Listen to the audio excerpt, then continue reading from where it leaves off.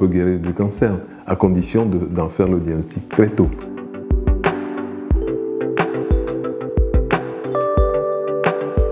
Je me nomme Moïse Fiedjo, je suis médecin, gynécologue obstétricien à la clinique Biassa et je suis aussi le directeur général et le directeur des affaires médicales et des soins de la clinique. C'est vrai, comme vous l'avez dit, j'ai eu l'honneur et le privilège d'avoir été le premier échographiste du Togo et d'avoir aussi introduit la technique d'assistance médicale à la procréation médicale au Togo. Et j'en suis fort heureux et je voudrais juste rendre grâce à Dieu de nous avoir donné cette opportunité et de rendre grâce aussi à mes parents. Mon père était médecin et c'est lui qui m'a donné le goût et la passion de la médecine et du goût de la qualité du service rendu à autrui. Et je voudrais rendre grâce aussi à l'équipe qui m'entoure, puisque je ne suis pas tout seul. Je suis avec d'autres médecins, d'autres infirmiers, d'autres techniciens de laboratoire, des sages-femmes, et bon, toute l'équipe qui m'entoure. Et je voudrais les remercier pour toute l'assistance qu'ils m'apportent et qui nous permet d'aller de l'avant.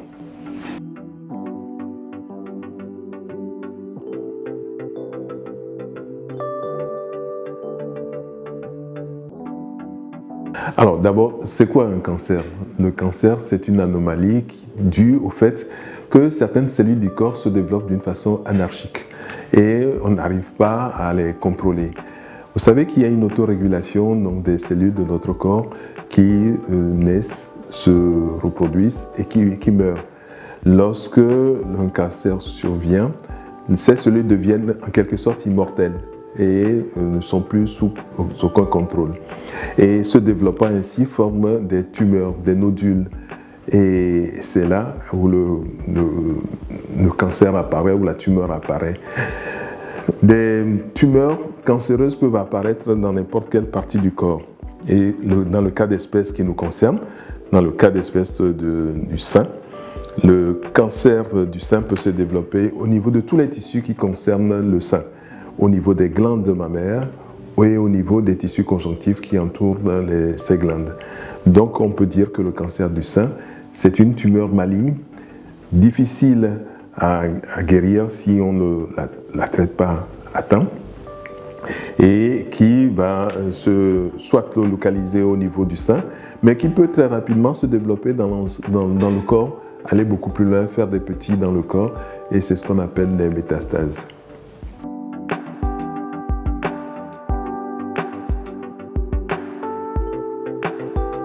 Alors, c'est vrai que on dit souvent que toute femme qui naît a un risque d'avoir un cancer du sein un jour. On dit même qu'une femme sur 8, certains disent une femme sur 9, court le risque d'avoir un cancer du sein un jour, tout simplement parce qu'elle est une femme. Donc la féminité est un risque. Mais au-delà de cela, il y a des risques qui sont inhérents à l'hérédité. Lorsque une femme a sa sœur, sa mère, sa tante, une cousine proche qui a développé un cancer du sein, cette femme court le risque d'avoir un cancer du sein un jour. Et aujourd'hui, il y a un facteur qu'on appelle, c'est des gènes, l'oncogénétique du cancer du sein, qui montre bien qu'il y a des gènes qui se transmettent dans la famille et qui permettent donc de développer le cancer du sein. Dans les pays développés, dans certaines familles, on recherche ces gènes-là et voir si on court le risque d'avoir un cancer du sein un jour dans la population féminine.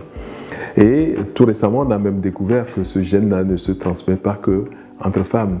Les hommes peuvent aussi transmettre ce gène-là à leur descendance féminine et même à leur descendance masculine. Ceci est très important et ça permet donc d'entrevoir déjà les types de traitements qu'on peut proposer pour traiter cette maladie. Au-delà donc de l'hérédité, il y a les facteurs qui sont liés à la vie génitale même de la femme. On sait que les filles qui ont eu des des pubertés précoces, qui ont eu très précocement leurs règles, ou des femmes qui ont eu des ménopauses tardives, ou des femmes qui ont eu leur premier enfant d'une façon tardive, courent le risque d'avoir un cancer du sein.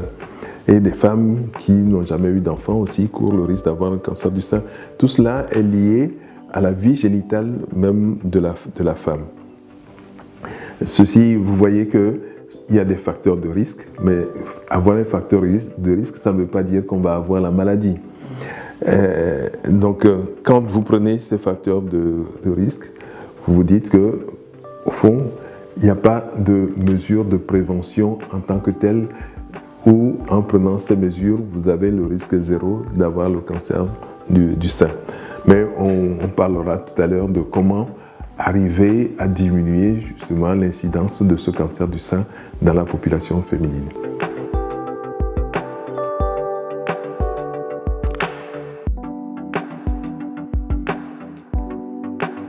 Absolument, on peut guérir du cancer, à condition d'en faire le diagnostic très tôt.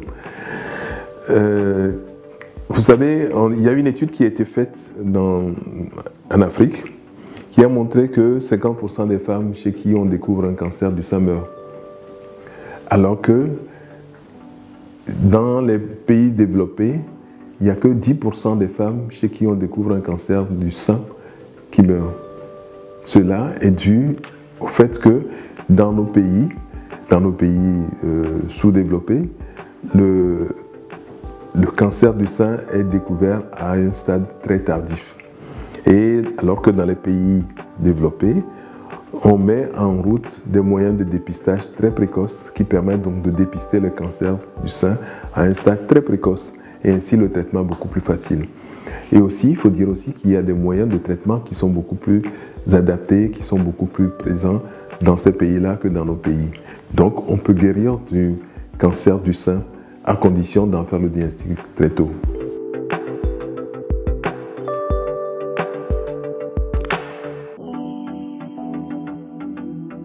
Il y a beaucoup de moyens actuellement.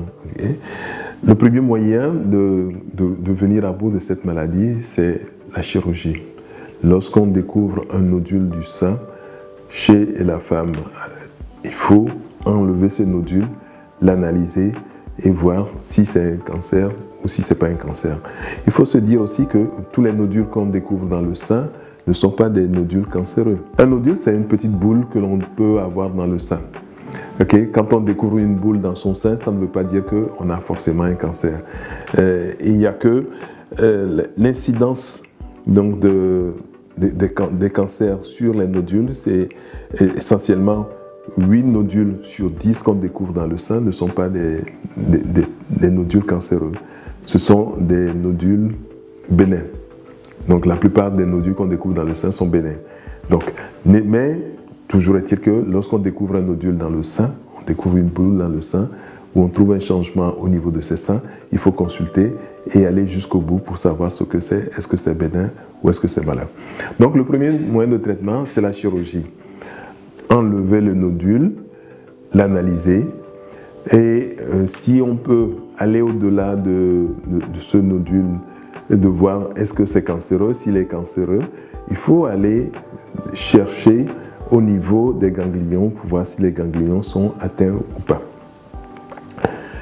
Une fois que cela est fait, si les ganglions sont atteints, il faut compléter ce traitement par soit de la chimiothérapie en fonction du type de cancer auquel on a à faire face, faire la chimiothérapie ou faire la radiothérapie. Ou bien, on peut faire les deux, faire la chimiothérapie, faire la radiothérapie.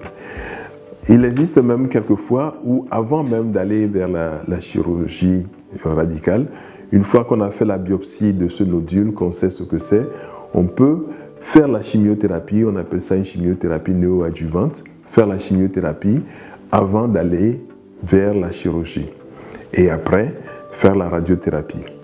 Il existe d'autres traitements complémentaires qu'on appelle les traitements hormonaux, qui sont en quelque sorte des médicaments que l'on donne pour pouvoir compléter le traitement. Et il y a aussi les traitements qui sont des traitements modernes qu'on appelle donc de l'immunothérapie, qui permettent à l'organisme de se défendre contre ces cellules cancéreuses. Donc vous voyez qu'il y a toute une panoplie de traitements qui permettent de venir à bout de cette maladie.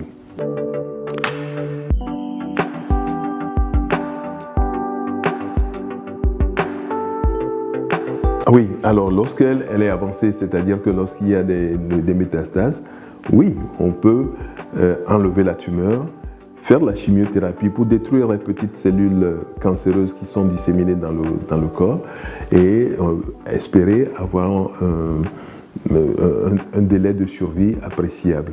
Oui, et je pense que tout espoir n'est pas perdu que lorsque l'on a un cancer à un stade avancé.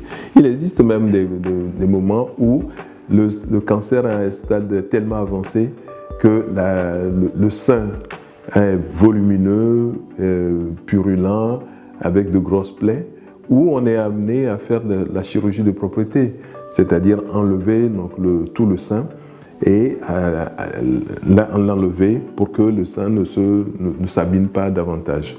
Okay? Et il faut dire aussi que quelquefois, lorsqu'on a le nodule, on enlève le nodule, ça peut s'arrêter là, ou bien on peut aussi enlever une partie du sein ou enlever la totalité du sein. Le tout dépend du stade auquel la maladie a été découverte. Et autre lueur d'espoir, c'est qu'on peut, même si on a un cancer du sein, on enlève le sein, on peut faire une reconstruction mammaire, soit dans le même temps, soit lorsqu'on est sûr que la maladie est maîtrisée et lorsque la patiente est guérie de ce cancer. Donc on peut reconstruire le sein pour qu'on ne sente pas que la femme a une perte de son sein.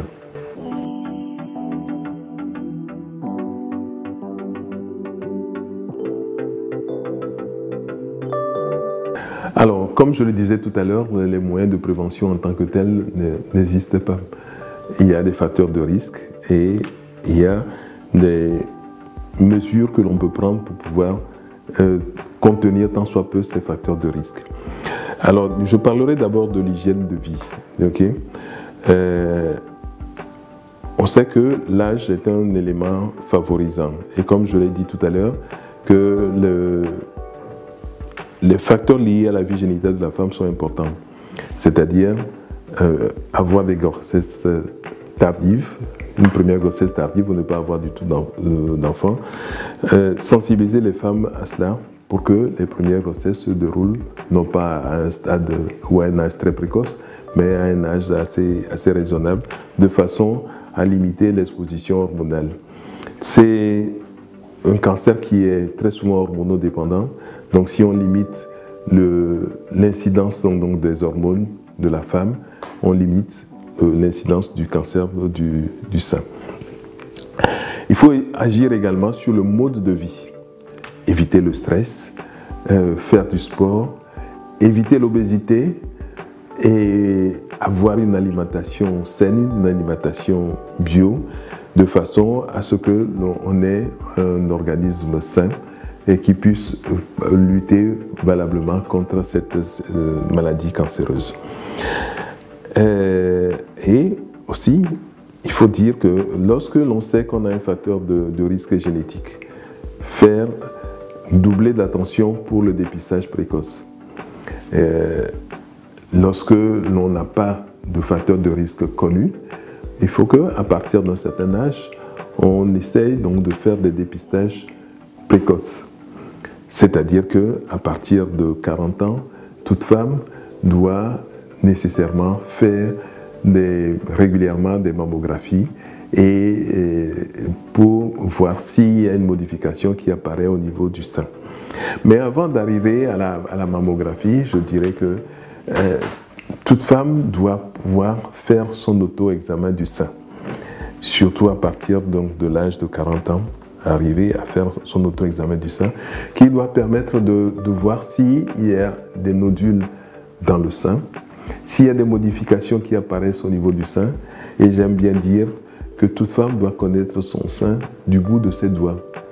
Et comment se fait donc l'auto-examen du sein? Ça se fait chez les femmes en période d'activité génitale, juste après les règles, où l'on se regarde dans un miroir. Bon, peut-être que je vais peut-être montrer ces images. Ok. Ou dans un premier temps, on se regarde dans un miroir pour voir s'il y a une modification qui apparaît au niveau du sein de face, comme de profil. Et ensuite, on essaie donc de prendre le mamelon et de le traire pour voir s'il y a un liquide qui sort. Et une fois que on a fait ça et tout est normal, la femme se couche et va explorer le sein gauche avec la main droite. Donc la main gauche sous la tête et la main bien à plat va explorer cadran par cadran tous les espaces du sein. Okay? De façon à sentir n'importe quel nodule. Et une fois qu'on a fait ça, on met les doigts en creux et on va racler les selles pour voir s'il y a un nodule. On sent un nodule. Le nodule, c'est peut-être un ganglion qui a déjà été envahi par les cellules cancéreuses. Et ceci est très important parce qu'on sait que la plupart du temps, ce sont les femmes elles-mêmes qui découvrent les nodules du sein. Et quelquefois, c'est le mari aussi qui le découvre. C'est pour ça que, comme je le disais tout à l'heure, la femme doit connaître ses seins du bout de ses doigts. L'homme aussi doit connaître les seins de sa femme du bout de ses doigts et savoir s'il y a une modification qui apparaît. Donc, le but donc, de cet auto-examen, c'est de voir s'il y a une modification qui apparaît sur les seins de la femme. S'il y a n'importe quelle modification, que ce soit modification de la texture du sein, que ce soit un liquide qui sort par le mamelon, que ce soit une ombilication, c'est-à-dire qu'il y a un petit trou qui rentre dans le sein, n'importe quelle modification, je pense qu'il ne faut pas faire l'impasse là-dessus et aller voir. Et un élément très important que je voulais voir, peut-être que si la caméra peut voir, si on peut faire l'auto-examen régulièrement, on peut arriver à découvrir un nodule de cette façon. Si on ne le fait pas régulièrement, il faut que le nodule atteigne cette taille. Mais si on laisse découvrir au hasard, le nodule atteint déjà 2 cm et c'est déjà tard. Alors que si on fait la mammographie, on peut arriver à découvrir des nodules de l'ordre de 2 mm. Et c'est là où on doit pouvoir guérir du cancer du sein. Et ceci est très, très important. On parlera tout à l'heure du dépistage si vous voulez bien.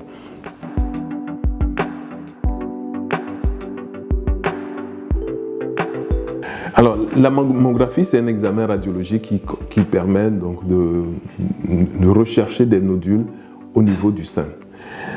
Dans les pays développés, il existe des campagnes de mammographie qui se font régulièrement. Lorsque la femme atteint l'âge de 45 ans, c'est l'État lui-même qui organise ces campagnes et qui lui envoie une lettre pour dire vous venez d'avoir 45 ans, il faut que vous alliez à tel endroit, le rendez-vous est pris à tel jour, telle heure, pour qu'on vous fasse la mammographie et que la mammographie et l'échographie pour voir si vous avez un nodule au niveau du sein. Dans nos pays, malheureusement, ces campagnes ne se font pas et c'est pour cela que le mois d'octobre est consacré au mois du cancer du sein où beaucoup d'associations se mettent en branle pour pouvoir organiser ces campagnes de dépistage pour faire la mammographie et l'échographie mammaire. C'est un examen spécial, c'est un appareil de radio spécial qui permet donc de faire cet examen et de découvrir les nodules.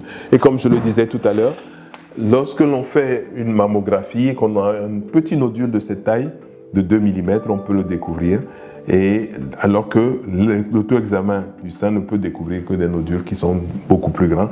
Et lorsqu'on ne fait rien du tout, là, le nodule est beaucoup plus grand lorsqu'on fait le diagnostic.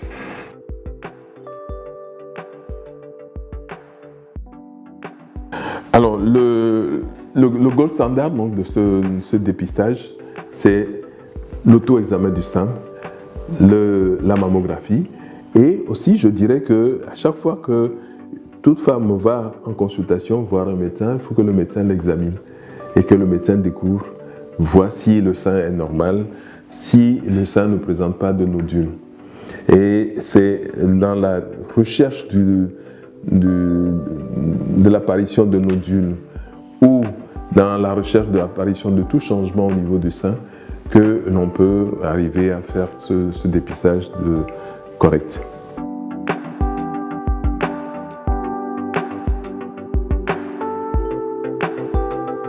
Absolument, les hommes sont concernés par le cancer du sein. Disons que le cancer du sein arrive dans 99% des cas chez les femmes, mais il y a 1% de cas de cancer du sein que l'on découvre chez l'homme aussi. Donc les hommes qui sont un peu obèses, qui ont de gros seins, doivent aussi faire l'auto-examen du sein pour voir s'il n'y a pas de nodule qui apparaît au niveau de leur sein. Et s'il y a des nodules, il faut faire une mammographie et aller enlever donc, ce nodule, l'analyser pour voir si ce n'est pas un nodule cancéreux. Ceci est très important. Donc il faut nécessairement que les hommes qui ont de gros seins aussi fassent attention à cela. Alors, ceux qui ont de petits seins ne sont pas exclus, mais le risque d'avoir un nodule dans le sein, dans le petit sein, en général, un homme n'a pas de sein, n'a pas de glande mammaire, la poitrine est plate. Donc, il n'y a pas de tissu qui soit susceptible de porter des cellules cancéreuses. Donc, quand on a une poitrine plate, il n'y a pas trop de risques. Mais quand on a de gros seins, un homme qui a de gros seins doit faire attention.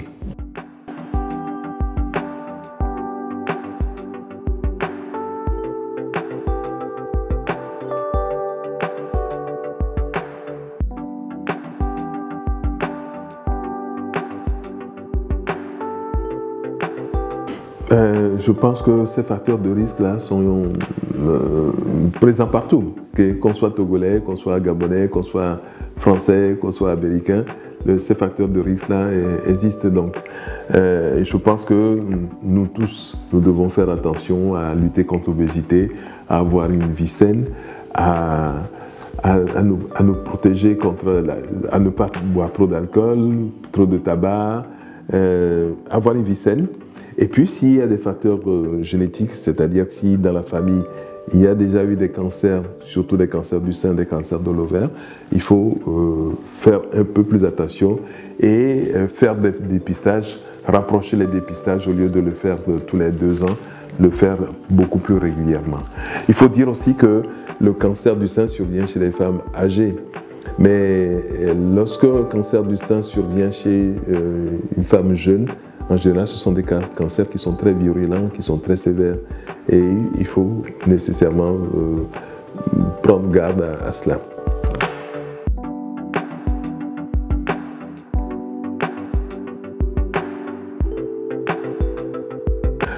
Alors, je dirais qu'il y a des associations qui soutiennent. Il y a la Ligue de lutte contre le cancer, par exemple. La Ligue togolaise de lutte contre le cancer qui soutient. Il y a des fondations qui assistent les couples et qui font ces campagnes de dépistage. Et il y a des cliniques, des hôpitaux qui le font. En particulier, il y a la fondation Dr Robert Fiadio qui a toujours organisé des campagnes de dépistage dans le courant du mois d'octobre rose.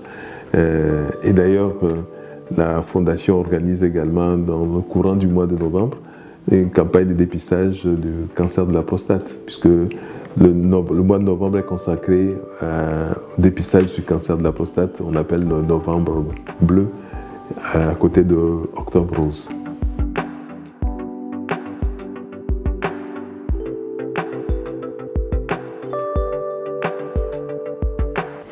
Alors, je dirais tout simplement que le cancer du sein ne doit pas être considéré comme une fatalité. C'est vrai, on n'a pas de moyens de prévention sûrs à 100%, il n'y a pas de vaccin, mais il faut que chaque femme connaisse son sein du bout de ses doigts. Et j'étendrai même, je dirais qu'il faut que les hommes connaissent les seins de leurs femmes du bout de leurs doigts, de façon à pister toute modification qui apparaîtra sur les seins de nos sœurs, de nos mamans, de nos épouses, de façon à pouvoir le traiter à temps. Plus tôt nous allons traiter ces affections, mieux cela vaudra. Et on pourra venir à bout de cette affection. Si les Européens ou les pays développés sont arrivés à réduire l'incidence de la mortalité pour ce genre de cancer et d'autres cancers, je pense que cela est à notre portée également et nous devons le faire. Ce n'est pas l'affaire d'une seule personne, ce n'est pas l'affaire de l'État tout seul, c'est l'affaire de nous tous. Parce que qui, dans sa famille, dans son entourage, ne connaît pas quelqu'un qui a souffert d'un cancer ou qui a souffert du cancer du sein? Nous tous nous sommes concernés et nous devons tous nous donner la main pour lutter contre ce fléau.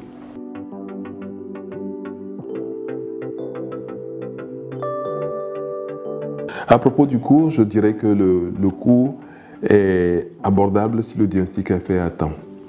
En ce sens que lorsqu'on a un tout petit nodule et qu'on a juste besoin de la chirurgie pour venir à bout, le traitement peut s'arrêter à la chirurgie. Soit on enlève la tumeur, soit on enlève une partie du sein, soit on enlève tout le sein et ça s'arrête là.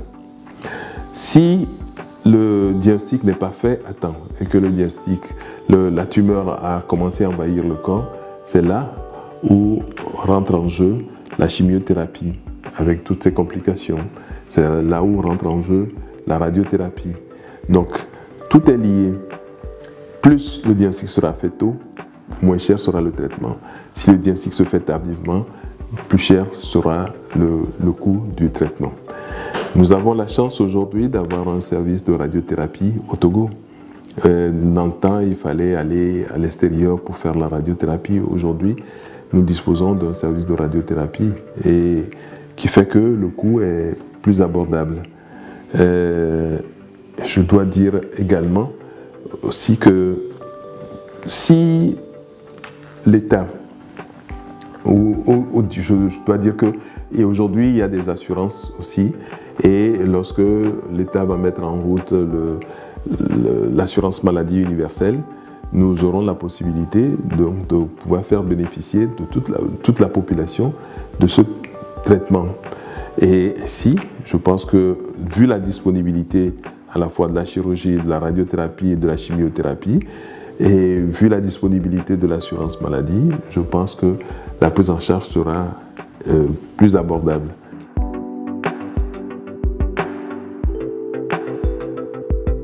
Je dirais plutôt que la clinique Biassa, il faut que la clinique Biassa se mette à la fois, se rende disponible pour la population, la clinique Biassa se rende accessible. La clinique Biassa offre des qualités de soins qui doivent permettre à la population ou à sa patientèle de venir et d'être fidélisée.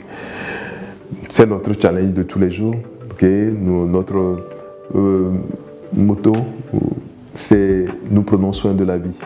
Et nous nous battons tous les jours pour prendre soin de la vie, donc de ceux qui nous font confiance, ceux qui se confient à nous. Et nous espérons pouvoir y arriver et pouvoir maintenir ce cap de prendre soin de la vie de ceux qui viennent à nous en leur offrant des soins de qualité avec un personnel compatissant et empathique et bien formé et accueillant.